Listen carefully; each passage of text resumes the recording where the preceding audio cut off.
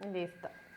Hola, bienvenidas, bienvenides y bienvenidos a esta charla sobre la implementación del protocolo frente a casos de hostigamiento sexual y violencia basada en género en festivales de cine. Soy Saribel Dávila y hoy vamos a revisar un poco cómo fue la implementación del protocolo desde la experiencia del Festival Render. A medida que vayamos avanzando, siéntanse libres de dejar todas sus dudas o comentarios en el chat y las vamos a ir respondiendo posteriormente.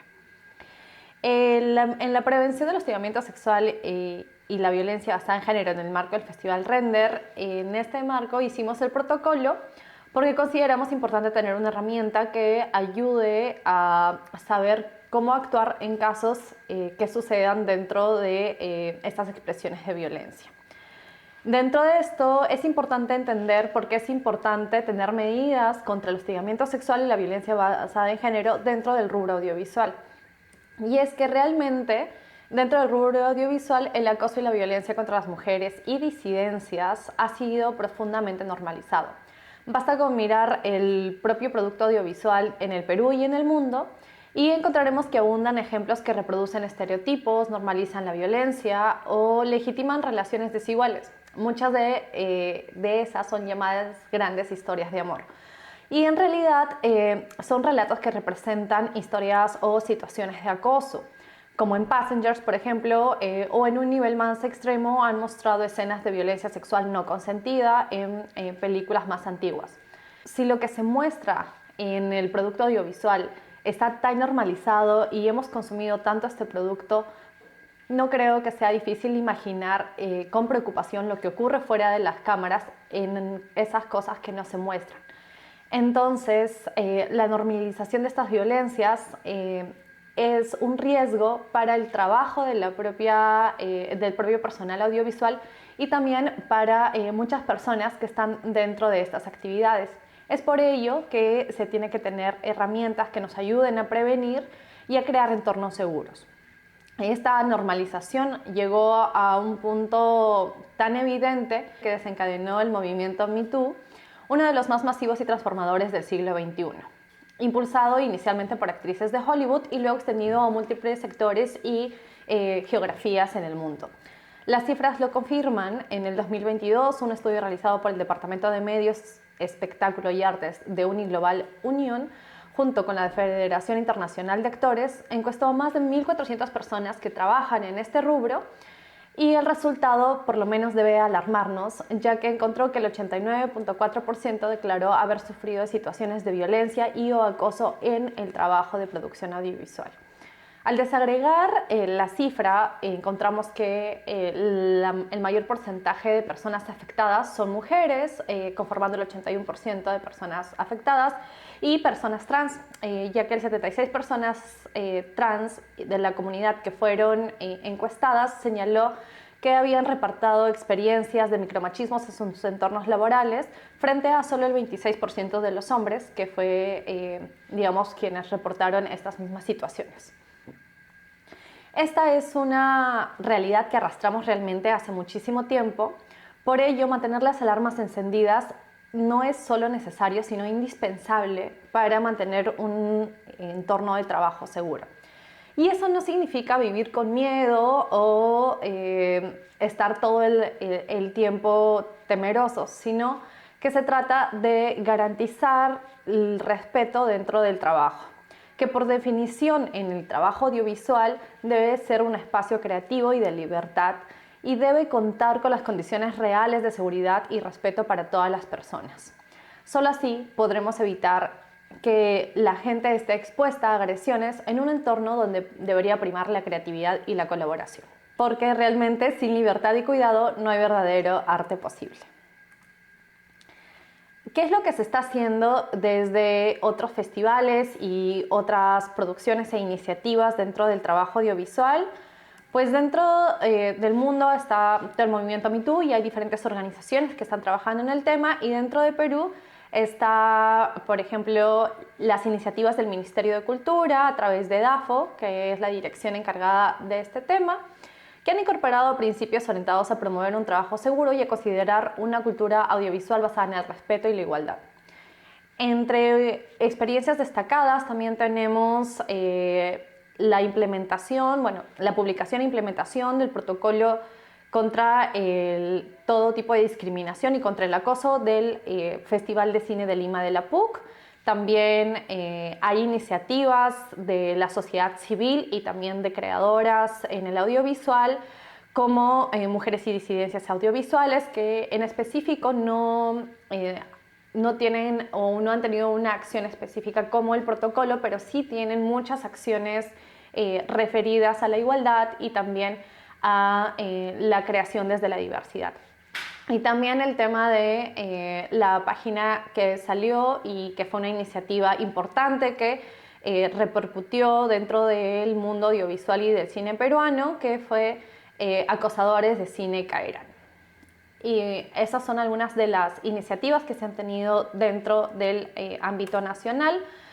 Y bueno, una vez ya teniendo todo este contexto, podemos hablar del protocolo contra el hostigamiento sexual laboral y la violencia basada en género, que es una herramienta clave para garantizar un espacio seguro, enmarcado en el respeto, que ayuda o que debería ayudar realmente a garantizar que todas las personas involucradas en las actividades de una producción o festival estén seguras. Algo que me gustaría enfatizar en este punto es que el protocolo no es un fin en sí mismo, sino una herramienta clave para sostener un espacio seguro y enmarcado, donde debería primar el respeto para que las personas puedan sentirse seguras en el marco de todas las actividades.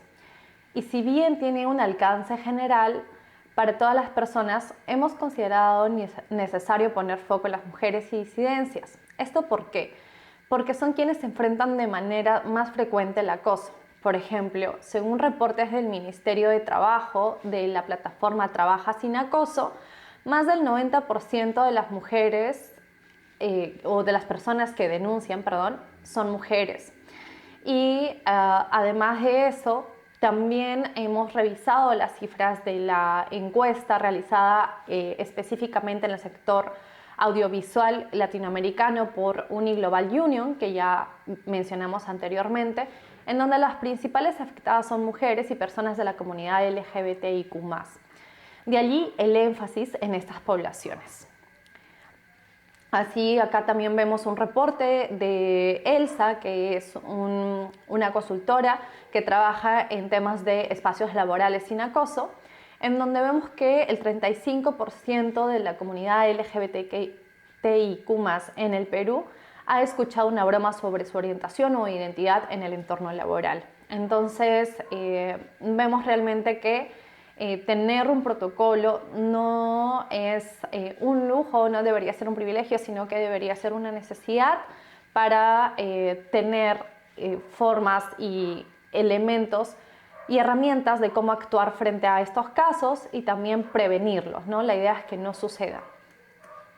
Y bueno, finalmente, si vemos otra cifra más, y realmente si revisamos muchas de las cifras o de la realidad, vamos a encontrar muchos ejemplos, pero sí me gustaría aquí señalar el último informe de la Defensoría del Pueblo del 2024, en donde se reportaron más de 400 denuncias por acoso callejero, la mayoría de mujeres, que también es un ámbito en donde se tiene que trabajar, porque si bien las actividades de los festivales muchas veces son de formación, son en espacios académicos o son cerrados, muchos de ellos también se dan en la activación en el espacio público y cuentan como una actividad, digamos, que está dentro de este espacio. Y es por ello que el acoso callejero o el acoso en espacios públicos también debe ser un elemento que se debe observar y que se debe tener en cuenta a la hora de establecer actividades y la seguridad para todas las personas dentro de ellas. Y bueno, ahora sí vamos a pasar directamente al tema de la implementación del protocolo contra el hostigamiento sexual y la violencia basada en género en Render. ¿Cómo fue esta experiencia y cuáles fueron los pasos que seguimos para ello? El protocolo responde a una realidad diferenciada que ya observamos por qué era necesaria, es decir, por qué hacemos énfasis en ciertas poblaciones, a pesar de que está dirigido a, digamos, a las distintas personas en sus diferentes expresiones de identidad. Lo primero es que se toma como referencia la ley 30364, que es la ley contra la violencia basada en género dentro del ámbito familiar y, bueno, y también hacia las mujeres. Y luego está la ley 27942, que es la ley contra el hostigamiento sexual laboral, cuyo reglamento se publicó hace ya unos 5 o 6 años, y la ley 28983, que es la referida al acoso callejero o acoso en espacios públicos. ¿Por qué? Porque finalmente la vida de las personas está en diferentes dimensiones y también las actividades de los festivales se dan en distintos espacios, que pueden ser privados o públicos, y la idea es tener abarcados todos estos espacios para garantizar la seguridad en cada uno de ellos. En Render, el protocolo de prevención que ya mencionamos se enfatiza en 3 momentos, ¿no? Que es la prevención, la atención y la sanción, que es también algo que el reglamento de la ley 27942 también nos pauta. El alcance es tanto a nivel interno, es decir, en los criterios de selección, y también en la capacitación interna de los equipos. A nivel externo, que implica contrapartes y alianzas, y el establecimiento de relaciones con posibles socios, socias o interesados, partes interesadas dentro de la implementación de las actividades. Y finalmente el nivel externo, que, bueno, la otra parte del nivel externo, que se refiere a público espectador y participantes. El público espectador, que puede ir a las funciones de exposición, de cine y de proyección de contenido audiovisual, como público, y también a los participantes y a las participantes que asisten a los talleres, activaciones u otro tipo de actividad que esté dentro del marco del festival. Y finalmente también está el tema de la difusión y reconocimiento. ¿Qué quiere decir esto? Es que en las actividades de inauguración del festival, por ejemplo, se menciona el protocolo y sus elementos clave, a quienes atañe y cómo funciona. Y finalmente también hay un tema ahí de reconocimiento a producciones que puedan tratar estos temas y puedan, digamos, estar alineados a estos principios.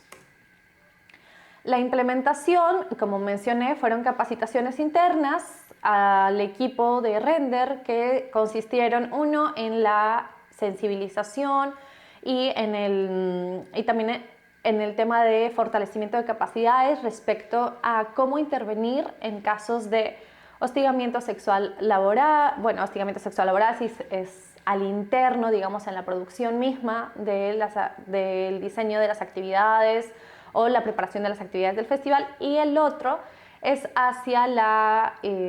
dirigido hacia el público externo, ¿no? Cómo actuar si sucede en alguna actividad de difusión o de proyección estas situaciones. Es entregar, uno, las herramientas, indicar qué significa acoso u hostigamiento sexual, que en el protocolo las utilizamos como sinónimos y que en la legislatura peruana tienen una diferencia técnica muy por encima realmente, pero si hablamos de la acción, la definición misma, pues encontraríamos que son lo mismo.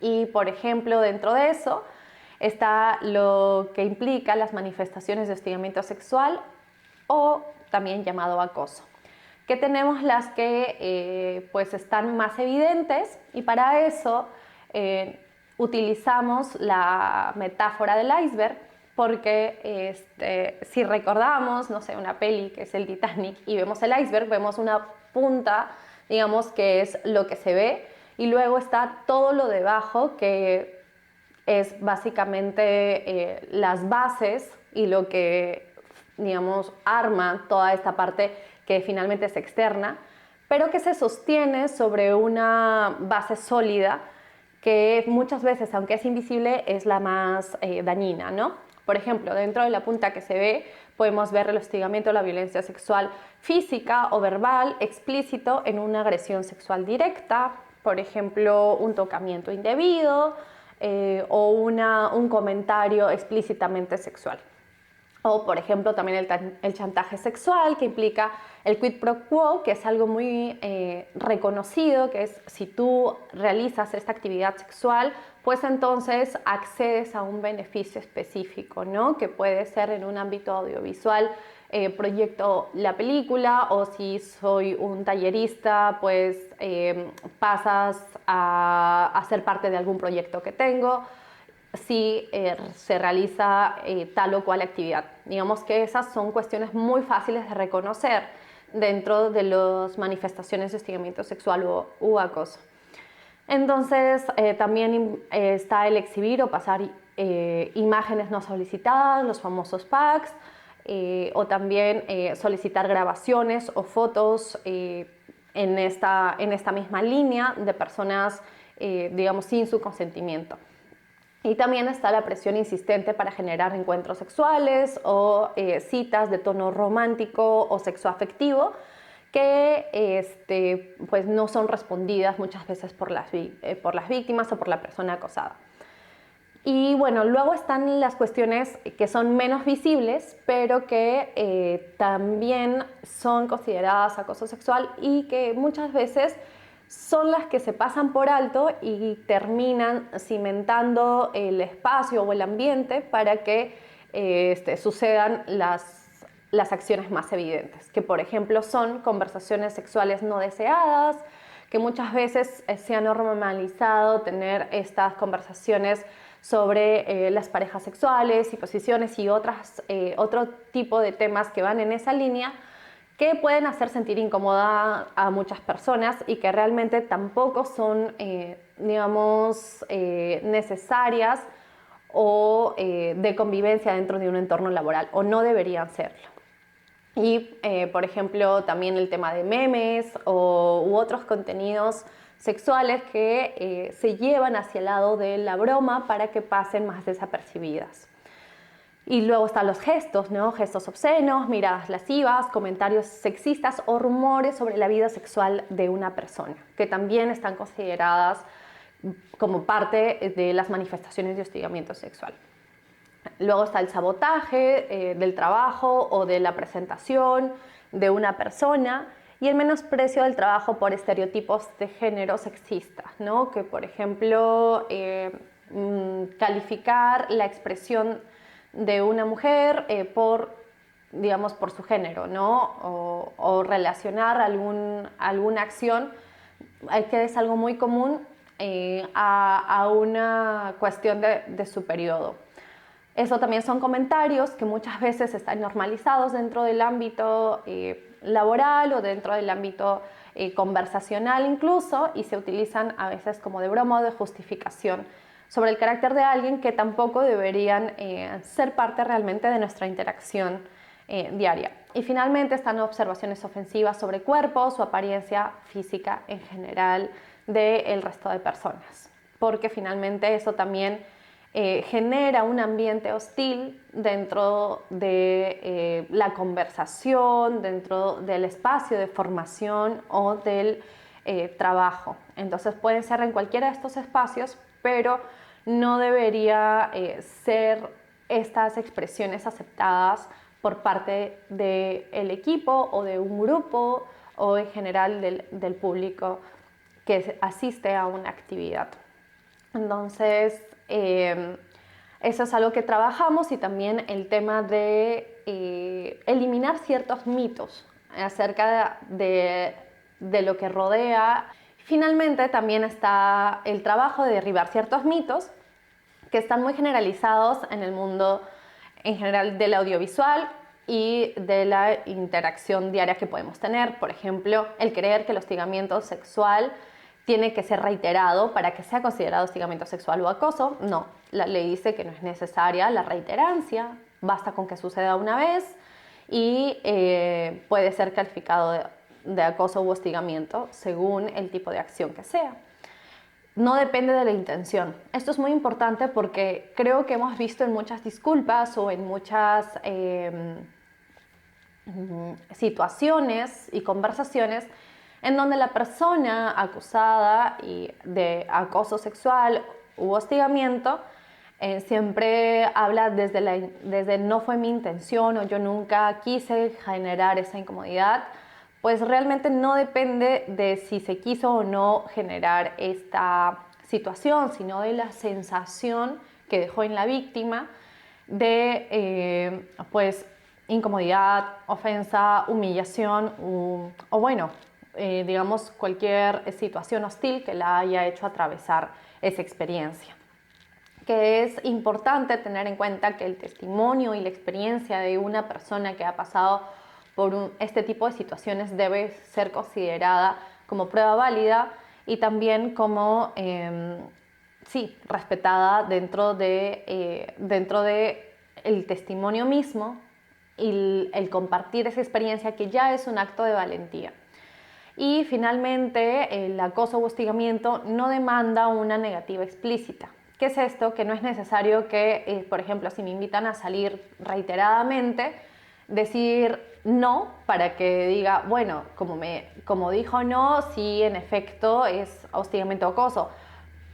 Sino que a pesar de que no haya habido una respuesta y se sigue insistiendo, a pesar de la ausencia de respuesta, sí puede ser considerado acoso u hostigamiento, ya que muchas veces una persona no sabe cómo reaccionar o se queda en shock o incluso muchas de las personas pueden sonreír o simplemente no ser, o, digamos, no tener una reacción por la sorpresa del momento y porque muchas veces no sabemos cómo reaccionar en esas situaciones. Entonces, todo lo que no es un sí explícito es un no. Y bueno, los elementos clave del protocolo que ya habíamos mencionado son los mecanismos de prevención, que son las capacitaciones para identificar, prevenir y responder ante casos o actos de hostigamiento sexual y violencia basada en género. Y también están los criterios de selección y presentación de documentación del equipo de la película. Esto es un elemento que no había mencionado anteriormente, que dentro de las buenas prácticas que se tienen y que se consideraron en el momento de la implementación fue, por ejemplo, pedir a las personas participantes el certijoven o el certiadulto, en donde pues no figure alguna denuncia penal por este tipo de temas. Esto se solicita y en casos de que no se tenga, pues muy excepcionalmente se pueden aceptar declaraciones juradas en donde en efecto se explique que no se haya tenido un involucramiento o que no exista una investigación sobre estos temas por parte del equipo que se está presentando. Luego está la mención y explicación del protocolo, que es el nivel medio, que también es público, frente a alianzas y contrapartes, que es mencionar el protocolo en todos los encuentros y documentos compartidos que se tienen con esta contraparte, para dar el marco en el que se desarrollan las acciones y las actividades del festival, ¿no? Y que se espera lo mismo de con quien se está asociando pues para distintos fines. Finalmente también está la presentación de documentaciones, la solicitud también de estos documentos para verificar que con quien se esté realizando alguna acción o algún convenio o alianza no está involucrado en investigaciones o esa parte no está involucrada en investigaciones o denuncias en estos temas. Luego, el tema de cómo se manejó hacia el público, que serían participantes y cualquier otra persona interesada, es la publicación del protocolo. Ahora mismo se encuentra en la página del Festival Render. La mención del protocolo y tolerancia cero en entrevistas u otros espacios comunicacionales por parte del director y también del productor y el resto del equipo que conforma esta iniciativa, y la presentación del protocolo en la inauguración de cada año, en donde se menciona cuáles son los elementos clave, cuáles, digamos, los pasos a seguir. También está el tema del envío del protocolo por canales oficiales hacia las personas que participan o que se inscriben de alguna actividad, y la difusión de los canales de denuncia, que también se encuentra en la página web y en las redes de Render. Y bueno, luego está el tema de los afiches físicos, donde está lo que es la identificación sobre qué es acoso y el mecanismo de denuncia. En el mecanismo de denuncias nos vamos a tener más adelante, pero también se ha establecido, digamos, tanto el mecanismo, el canal y la forma de actuación. Luego están los mecanismos de atención, es decir, todo esto, todo lo anterior, implica una intencionalidad de que no suceda y un compromiso de que el festival no tolera estas acciones y que por lo tanto ya de por sí, digamos, se promueve un espacio respetuoso y de seguridad para todas las personas quienes asisten. Si aún así existe la posibilidad de que suceda, pues se tienen los mecanismos de atención para poder dar una respuesta oportuna, empática y eficiente a quien haya vivido esta situación. Si sucede de forma simultánea en la actividad, hay un mecanismo de actuación, y si sucede fuera de las actividades del festival, también hay otro mecanismo de atención. Por ejemplo, si sucede de forma simultánea en la actividad, entonces el responsable es un punto focal. ¿Qué es un punto focal? Un punto focal es toda persona que tiene una responsabilidad, es decir, cualquier persona del equipo del Festival de Render que esté presente en esa actividad, ya sea virtual o presencial. Y este punto focal es a donde una persona debería acudir si considera que ha sido víctima de esta situación. Entonces, lo que se hace es que la persona acusada en ese momento, la persona denunciada o reportada, pues se le solicita que hasta que se inicien las investigaciones y se resuelva la determinación de responsabilidades, se retire del espacio físico virtual. Se propiciará también un espacio de contención para la persona denunciante, es decir, si la persona denunciante es igual que la víctima, es decir, que quien ha sufrido la agresión es quien también la ha reportado, lo que se hará es que un punto focal del equipo pueda ofrecerle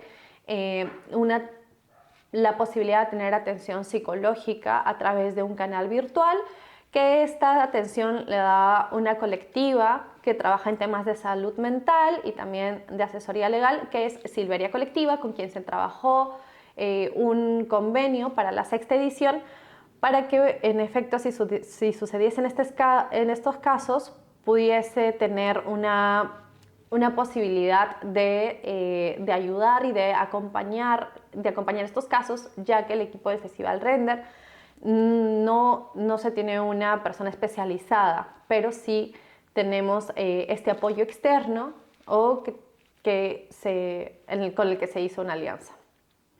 Y finalmente luego está también que el punto focal le explique cuáles son los pasos para denunciar, por ejemplo, le informe que existe un canal al que se puede referir interno dentro de la misma organización, con una ficha de incidencia que también está publicada en la página web.